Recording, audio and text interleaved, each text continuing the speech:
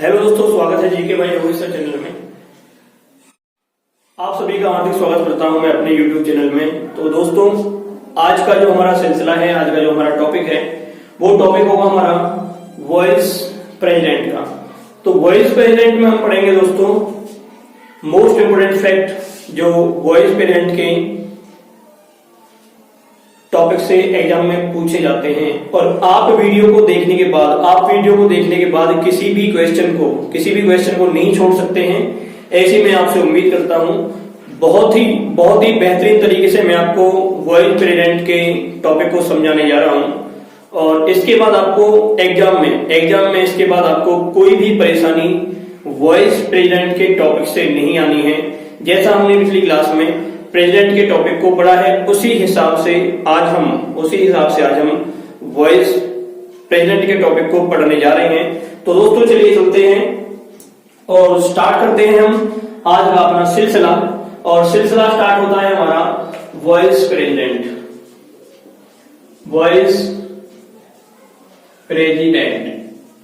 यानी कि मैं बात कर रहा हूं आपसे उपराष्ट्रपति, यानी कि हम बात करेंगे आज जो हमारा टॉपिक होगा उपराष्ट्रपति का। और यदि मैं आर्टिकल की बात करता हूं दोस्तों, तो आर्टिकल की बात आती है 63 से लेकर 71 तक। 71 तक इसके आर्टिकल हैं। और जैसा आपको पता है कि सबसे ऊंची जो पोस्ट होती है इंडिया की, वो होती है प्रेसिडेंट की। मींस राष्ट्रपति की सबसे ऊंची पोस्ट होती है इंडिया के अंदर प्रेसिडेंट की। और सेकंड नंबर पे जो आते हैं वो होते हैं उपराष्ट्रपति। वो कौन होते हैं दोस्तों? वो उपराष्ट्रपति होते हैं, मींस वाइस प्रेसिडेंट। तो आज का जो हमारा टॉपिक होगा वाइस प्रेसिडेंट का होगा। इसमें हम पढ़ेंगे इसके महत्वपूर्ण आर्टिकल, इनके शपथ का प्रोविजन, कौन इनको शपथ दिलाता है, त्यागपत्र कौन लेता है, कैसे कैसे दोस्तों इनका काम होता है, क्या क्या ये लोग काम करते हैं। तो ये सभी फैक्ट आज हम इसमें पढ़ने जा रहे हैं। तो चलिए चलते हैं इसके सिलसिले को जानने के लिए। और इसमें हम इसको दोस्तों पूरा गहराई से और आसानी से समझ सकेंगे कि इसका मामला क्या है। जैसा मैं आपको बता दूं, सबसे पहले है प्रमुख अनुच्छेद हम पढ़ने की कोशिश करेंगे।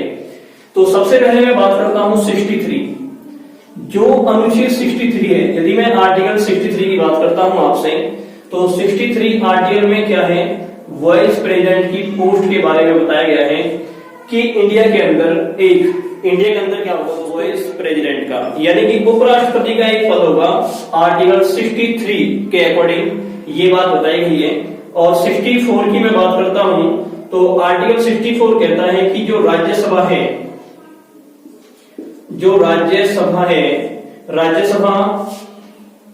में सभापति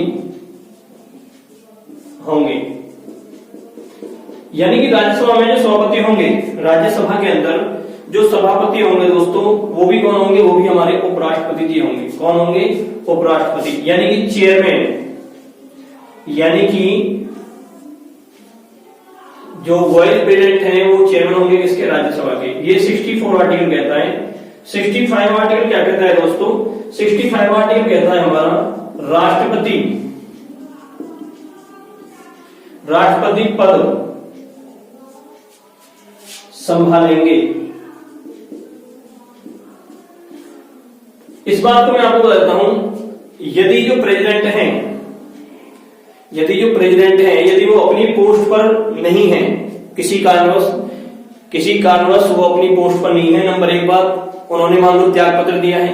नंबर 2 बात, उनको किसी भी कारणवश हटाया गया है, जैसे कि आपने पिछली क्लास में पढ़ा है इम्पीचमेंट को, महाभियोग के द्वारा राष्ट्रपति का पद खाली है।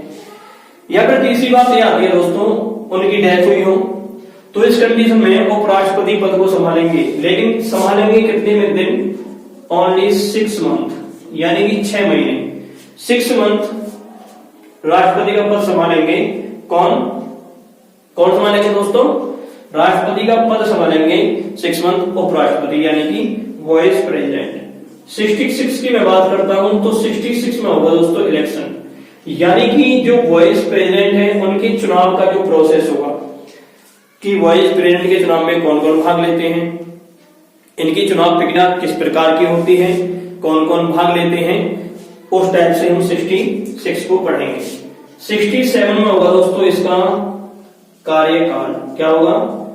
कार्यकाल को हम पढ़ेंगे, मीन्स टर्म के बारे में इसमें बताया गया है। और पढ़ेंगे हम 69 में क्या होगी इसकी दोस्तों? शपथ होगी, यानी कि वाइस प्रेसिडेंट को कौन ऑथ दिलाता है, वाइस प्रेसिडेंट को ऑथ कौन दिलाता है, इसके बारे में हम पढ़ेंगे 69। तो ये इसके इंपोर्टेंट आर्टिकल में पढ़े हैं। 63 पोस्ट पद होता है, 64 में सभापति होंगे राज्यसभा के, 65 में यदि प्रेसिडेंट अपनी पोस्ट पर नहीं है तो उसका पद संभालेंगे, 66 में प्रोसेस होगा चुनाव का, चुनाव कैसे होता है, 67 में टर्म होगी कि वाइस प्रेसिडेंट का जो कार्यकाल होता है कितना होता है, और 69 में होगा दोस्तों शपथ, यानी कि ऑथ, कि वाइस प्रेसिडेंट को शपथ कौन दिलाता है। तो इन सभी के बारे में हम पढ़ेंगे। तो ये हमने अभी प्रमुख अनुच्छेद, यानी कि जो प्रमुख अनुच्छेद हैं, मोस्ट इंपोर्टेंट आर्टिकल है वाइस प्रेसिडेंट के, उनको दोस्तों हमने यहां से पढ़ा है। आशा करता हूं आप सभी की समझ में अच्छे से आए होंगे। और चलते हैं हम आगे। नेक्स्ट में आती है योग्यता। यदि मैं बात करता हूं उपराष्ट्रपति की योग्यता की, मीन्स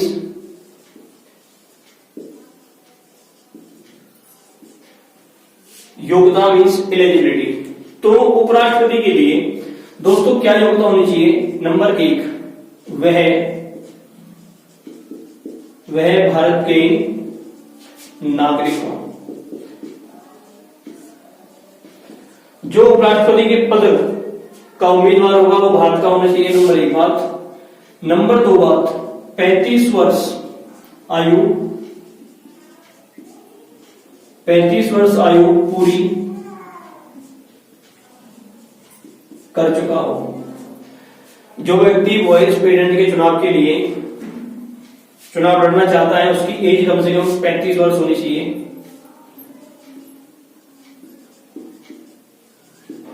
राज्यसभा सदस्य बनने योग्य हो, राज्यसभा सदस्य बनने योग्य हो,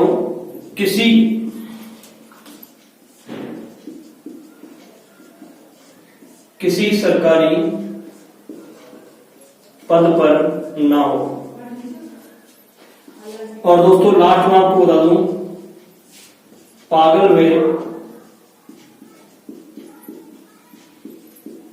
व दिवालिया ना हो। ये एलिजिबिलिटी होगी इसके अंदर, जो वाइस प्रेसिडेंट का चुनाव भारत में लड़ना चाहेगा या जो वाइस प्रेसिडेंट बनने की कैपेसिटी या एलिजिबिलिटी रखते हैं। तो नंबर 1 है दोस्तों, वह भारत के नागरिक हो, भारत का नागरिक हो वो व्यक्ति, 35 वर्ष की आयु पूरी कर चुका हो, राज्यसभा सदस्य बनने योग्य हो, किसी सरकारी पद पर ना हो और पागल में दिवालिया ना हो। एक बात से में आप ध्यान रखेंगे, राष्ट्रपति और उपराष्ट्रपति के चुनाव में केवल ये लाइन बस अलग है, बाकी बिल्कुल हर चीज सेम है। तो इसमें हमने क्या पढ़ा है? इसमें हमने पढ़ा है दोस्तों, जैसे हमने प्रेसिडेंट को पढ़ा, राष्ट्रपति को पढ़ा, तो उसमें था राज्यसभा यानी कि लोकसभा सदस्य बनने योग्य हो। और उपराष्ट्रपति की मैं बात करता हूं तो उपराष्ट्रपति में क्या है कि राज्यसभा सदस्य बनने योग्य हो। ये फर्क है बस राष्ट्रपति और उपराष्ट्रपति की पोस्ट में। तो क्लियर हुई हमारी योग्यता। आगे चलते हैं नेक्स्ट।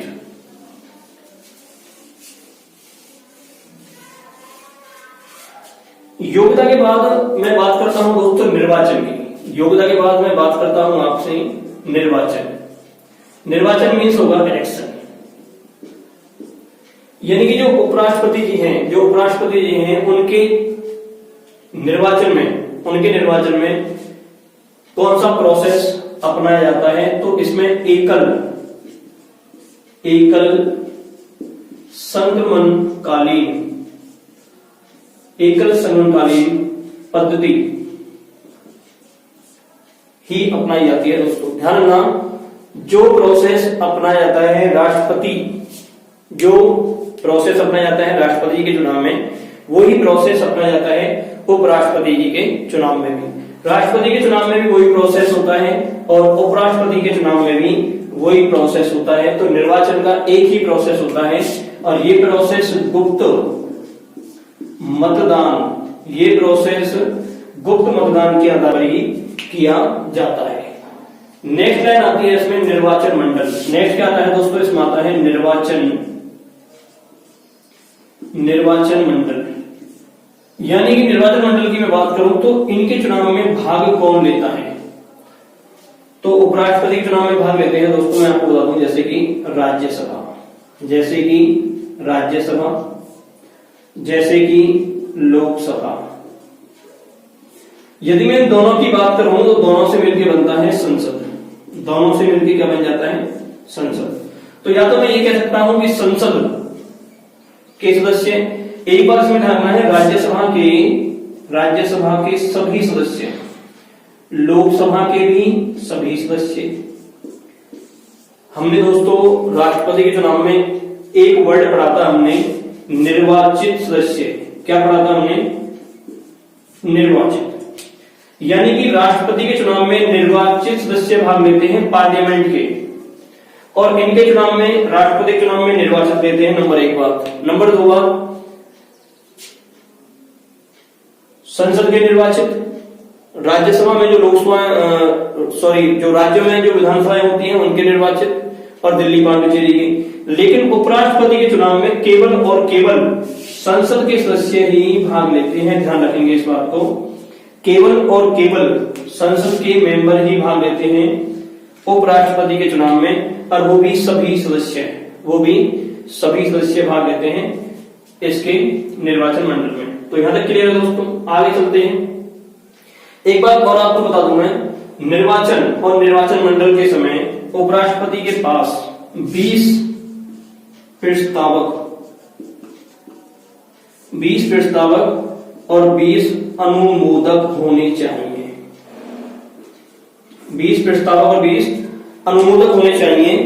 जैसा कि हमने राष्ट्रपति के चुनाव में पढ़ा था कि इसमें 50 प्रस्तावक और 50 अनुमोदक होने चाहिए। ये किसके लिए था? ये था दोस्तों राष्ट्रपति के लिए। और उपराष्ट्रपति की मैं बात करता हूं तो उपराष्ट्रपति के लिए कितना है? 20 प्रस्तावक और 20 अनुमोदक। ये बात आप ध्यान रखेंगे, 20 प्रस्तावक 20 अनुमोदक किसके चुनाव होने चाहिए? उपराष्ट्रपति के चुनाव में। और राष्ट्रपति की बात आए तो 50 प्रस्तावक और 50 अनुमोदक। यहां तक सभी को क्लियर है भाई? दोस्तों यहां तक मैं समझता हूं कि यहां तक आप बिल्कुल पूरी तरह से समझ गए होंगे। और अब चलते हैं हम नेक्स्ट। निर्वाचन मंडल वगैरह हो गया है, अब पढ़ेंगे हम शपथ। यदि मैं वाइस प्रेसिडेंट की शपथ की बात करूं तो शपथ दिलाते हैं राष्ट्रपति। शपथ कौन दिलाते हैं? राष्ट्रपति। जो प्रेसिडेंट ऑफ इंडिया होंगे वो शपथ दिलाते हैं किसको? वाइस प्रेसिडेंट यानी कि उपराष्ट्रपति को। यदि मैं बात करूं नंबर नेक्स्ट, यानी कि त्याग पत्र, तो त्याग पत्र यानी कि जो रिजाइन होता है, उपराष्ट्रपति रिजाइन भी किसको देते हैं? रिजाइन भी करते हैं दोस्तों राष्ट्रपति को। President of India he resign लेते हैं राष्ट्रपति का। बात आती है नेक्स्ट कार्यकाल यानी कि टर्म की। कार्यकाल की बात करूं मैं तो कार्यकाल होता है 5 साल। कितने साल कार्यकाल होता है दोस्तों उपराष्ट्रपति का? 5 साल। तो हमने इसको भी पढ़ा है, त्याग पत्र को पढ़ा हमने, और अब पढ़ा हमने कार्यकाल को। अब नेक्स्ट बात आती है हटाने की विधि। हटाने की विधि। यदि मैं एक बात आपसे कहूं कि जो उपराष्ट्रपति हैं उनको हटाने का जो प्रोसेस है वो दोस्तों महाभियोग, यदि आप बात करें कि इनको महाभियोग के द्वारा हटाया जाता है, बिल्कुल महाभियोग के द्वारा हटाया जाता है। लेकिन एक बात का आप ध्यान रखेंगे, राष्ट्रपति के लिए महाभियोग होता है लेकिन उपराष्ट्रपति के लिए महाभियोग नाम का वर्ड प्रयोग नहीं होता। उपराष्ट्रपति के लिए महाभियोग नाम का वर्ड प्रयोग नहीं होता है। उपराष्ट्रपति को हटाने के लिए केवल जो बिल होता है वो केवल और केवल कहां लाया जाता है? केवल और केवल लाया जाता है राज्यसभा के अंदर। उपराष्ट्रपति को हटाने के लिए जो बिल लाया जाता है दोस्तों, वो कहां लाया जाता है? केवल राज्यसभा में। ये बात आप ध्यान रखेंगे। राज्यसभा के बाद बिल कहां पे जाता है? लोकसभा में। उपराष्ट्रपति को हटाने के लिए जो बिल लाया जाता है वो कहां लाया जाता है? राज्यसभा में। इसके पास होने के बाद लोकसभा, और लोकसभा यदि इसको पास कर दे, यदि लोकसभा इस बिल को पास कर दे 2/3 मेजोरिटी से, कितनी मेजोरिटी होनी चाहिए? 2/3 मेजोरिटी, तो राष्ट्रपति का पद, उपराष्ट्रपति का पद क्या होगा? पद हो जाएगा दोस्तों खाली। हटाने का प्रोसेस आपके समझ में आया? यदि उपराष्ट्रपति को हटाना है तो राज्यसभा में एक बिल आएगा, यहां से पास होने के बाद लोकसभा जाएगा। लोकसभा यदि उसको पास करे 2/3 मेजोरिटी से, तो राष्ट्रपति, उपराष्ट्रपति का पद हो जाएगा दोस्तों खाली। एक बात और मैं आपको बता दूं, 14 दिन पहले उपराष्ट्रपति को एक लिखित नोटिस देना होगा। 14 दिन पहले उपराष्ट्रपति को एक लिखित नोटिस देना होगा। 1/4 मेंबर्स के सिग्नेचर उस पर होने चाहिए, 1/4 के। तो यहां तक आपको क्लियर, यहां तक समझ में आया? चलिए चलते हैं आगे।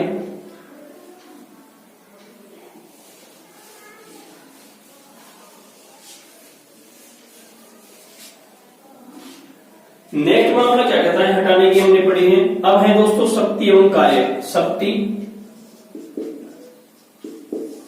शक्ति एवं कार्य। तो राष्ट्रपति के पास केवल 2 शक्ति हैं। राष्ट्रपति के पास दोस्तों शक्ति है 2। नंबर 1 शक्ति है राज्यसभा सभापति, यानी कि चेयरमैन होते हैं राज्यसभा के, राज्यसभा के सभापति होते हैं। नंबर 2 राष्ट्रपति, राष्ट्रपति पद खाली होने पर पद संभालते हैं।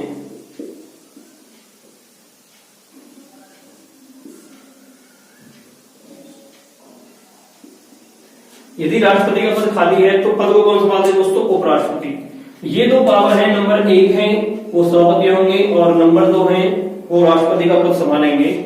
केवल कितने महीने? केवल 6 मंथ, 6 महीने के लिए वो उपराष्ट्रपति का पद संभालते हैं। ये हुई शक्ति नंबर 1, राज्यसभा के सभापति होते हैं। और शक्ति नंबर 2, पद खाली होने पर पद को संभालते हैं। ये बात आप ध्यान रखेंगे, सभापति होते हैं और पद संभालते हैं। एक बात आपको मैं बता दूं दोस्तों, यदि वो यहां पे काम करते हैं तो वो एक केवल सभापति हैं, वो इसके सदस्य नहीं होते हैं। इस बात का आप ध्यान रखेंगे कि वो राज्यसभा के सदस्य नहीं होते हैं। वो राज्यसभा के सदस्य नहीं होते हैं, तो वोट देने का भी उनको कोई अधिकार नहीं है। वोट देने का अधिकार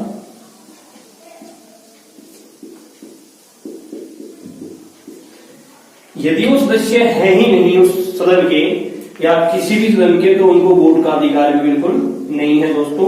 लेकिन एक बात इसमें आप ध्यान रखेंगे, यदि कोई बिल राज्यसभा के अंदर आया और वोटिंग हुई 50% यानी कि कोई बिल आया और उसमें 50% का रेशो आया है निकल के। अब दोस्तों यहां पे क्या होता है कि बिल तो यहां से भी पास नहीं हुआ, यहां से भी पास नहीं हुआ, तो जब कहीं भी बिल पास नहीं होगा तो इसके लिए हम क्या करते हैं? एक निर्णायक मत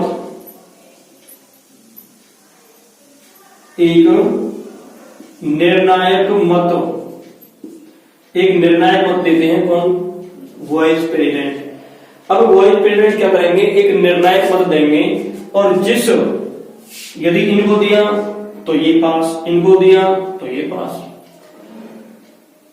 50% लोगों ने कहा कि ये बिल मान्य नहीं है, 50% लोगों ने कहा ये बिल मान्य है। यदि उपराष्ट्रपति चाहते हैं कि बिल मान्य हो तो इसको वोट करेंगे, बिल मान्य नहीं हो तो इसको वोट करेंगे। अब जिसको वो वोट करेंगे वो उनके लिए निर्णायक मत होगा, और निर्णायक मत में कोई बिल एक कानून बन सकता है और कोई बिल इसी निर्णायक मत से खत्म भी हो सकता है। ये बात आप ध्यान रखेंगे दोस्तों। राष्ट्र और दूसरी बात क्या आती है, राष्ट्रपति पद खाली होने पर पद को संभालते हैं कितने महीने, 6 महीने। जब ये उपराष्ट्रपति जी राष्ट्रपति का पद संभालते हैं तो ये सभापति नहीं होंगे, उस टाइम में ये सभापति नहीं होंगे, और टोटल जो पावर होती है प्रेसिडेंट की, जो टोटल पावर प्रेसिडेंट की होती है वो ही पावर दोस्तों इनफोर्स हो जाएगी किसमें, उपराष्ट्रपति में। किसमें इनफोर्स हो जाएगी, उपराष्ट्रपति में। यानी कि जो काम राष्ट्रपति कर सकते हैं अब वो काम उपराष्ट्रपति करेंगे। केवल कितने महीने, केवल 6 महीने। ये बात आप ध्यान रखेंगे। तो मैं समझता हूं कि शक्ति और कार्य आपके इसमें दोस्तों यहाँ पे आ गए होंगे, तो चलते हैं आगे।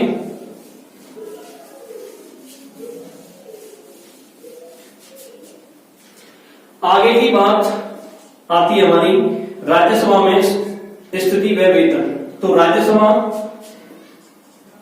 ये क्या होते हैं, राज्यसभा के सभापति होते हैं दोस्तों। राज्यसभा के ये सभापति होते हैं, और जैसा मैंने आपको बताया है ये इसके सदस्य नहीं होते, ना ही इनको वोट देने का अधिकार है, लेकिन निर्णायक मत ये दे सकते हैं।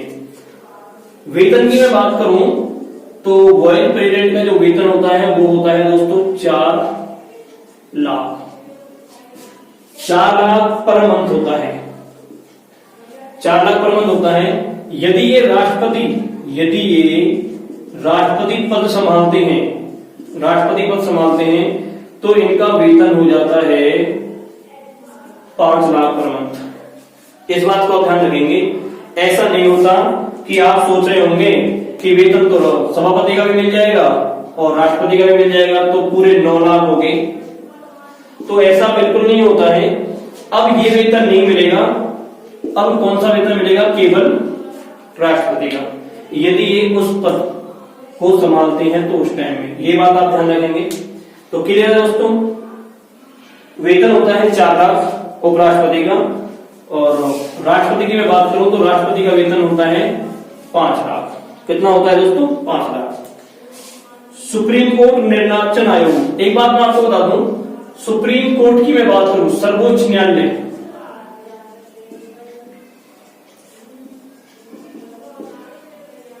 सर्वोच्च न्यायालय का यहां पे जो जिक्र कि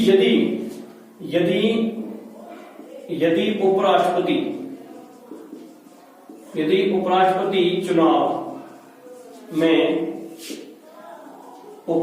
चुनाव में कोई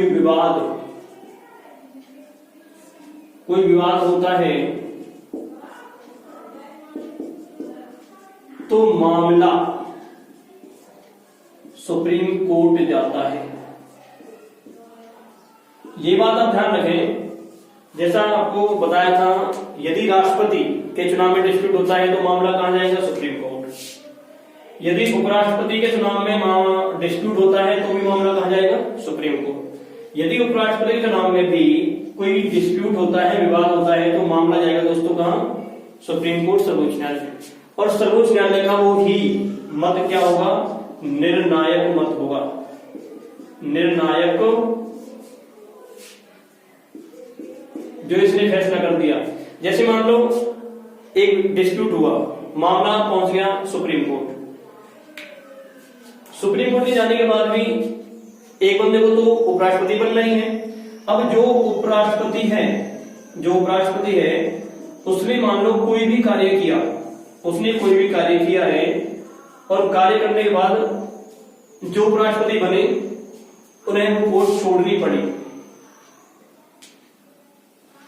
पोस्ट छोड़ने के बाद भी जो कार्य उपराष्ट्रपति ने किए हैं ये कार्य दोस्तों निलंबित नहीं होंगे। ये कार्य जो की त्यों चलते रहेंगे और इनको निलंबन नहीं किया जाएगा। ये बात आप ध्यान रखें। महाभियोग जब राष्ट्रपति को लगता है उन्होंने जो काम किया तो उस कार्य पर कोई भी प्रभाव इस चीज का बिल्कुल भी नहीं पड़ेगा। ये बात आप ध्यान रखेंगे। और एक बात मैं बता दूं आपको, लास्ट में क्या है दोस्तों, लास्ट में है निर्वाचन आयोग। तो निर्वाचन आयोग में क्या है, उपराष्ट्रपति का जो चुनाव होता है, उपराष्ट्रपति का जो चुनाव होता है, चुनाव कौन करवाता है, निर्वाचन आयोग। जो भारत का इलेक्शन कमीशन है वो दोस्तों चुनाव करवाता है किसका, उपराष्ट्रपति जी का। तो यहां तक आप बिल्कुल क्लियर रहेंगे दोस्तों। और फर्स्ट प्रेसिडेंट, वाइस प्रेसिडेंट की मैं बात करता हूं तो ये थे डॉक्टर सर्वपल्ली राधाकृष्णन। ये लगातार 2 बार उपराष्ट्रपति बने और तीसरी बार दोस्तों राष्ट्रपति बनने का गौरव इन्हें प्राप्त है। लगातार 2 बार उपराष्ट्रपति और तीसरी बार राष्ट्रपति बनने का गौरव यदि किसी को प्राप्त है इंडिया के अंदर तो वो डॉक्टर सर्वपल्ली राधाकृष्णन जी हैं, जिनकी याद में शिक्षक दिवस यानी कि टीचर्स डे हर वर्ष 5 सितंबर को मनाया जाता है। तो ये फर्स्ट है। और नाउ अब की मैं बात करूं प्रेजेंट में कौन है, तो वेंकैया। तो अब है दोस्तों वेंकैया नायडू। वर्तमान में कौन है, वेंकैया नायडू, और ये है 13 यानी कि 13वें नंबर के ये उपराष्ट्रपति हैं। तो दोस्तों आशा करता हूं जो सिलसिला हमने आज उपराष्ट्रपति के बारे में पढ़ा है इसको आप गहनता से एक बार पढ़ेंगे, देखेंगे, समझेंगे और इनके बाद पढ़ने के बाद आप इसके क्वेश्चन लगाना स्टार्ट करेंगे। जब आपके क्वेश्चन सही यानी कि राइट होते चले जाएंगे तो तब मैं मानूंगा कि आपको कोई पढ़ने का फायदा हुआ है। यदि आप क्वेश्चन सही टिक नहीं कर पा रहे हो तो आपको पढ़ने का कोई फायदा नहीं है। पढ़ने का फायदा कब होगा, जब हमारे क्वेश्चन हमसे लगातार राइट टू राइट होते जा रहे हैं, तो इसका हमें तभी फायदा होगा, अदरवाइज हमें पढ़ने का दोस्तों कोई फायदा नहीं होगा। और मैं चाहता हूं कि पढ़ने के बाद आप कोई भी क्वेश्चन बिल्कुल नहीं छोड़ोगे। तो मिलते हैं दोस्तों ऐसी नेक्स्ट वीडियो के साथ, तब तक के लिए अपना ख्याल रखें, सेफ रखें। Okay, take care, bye.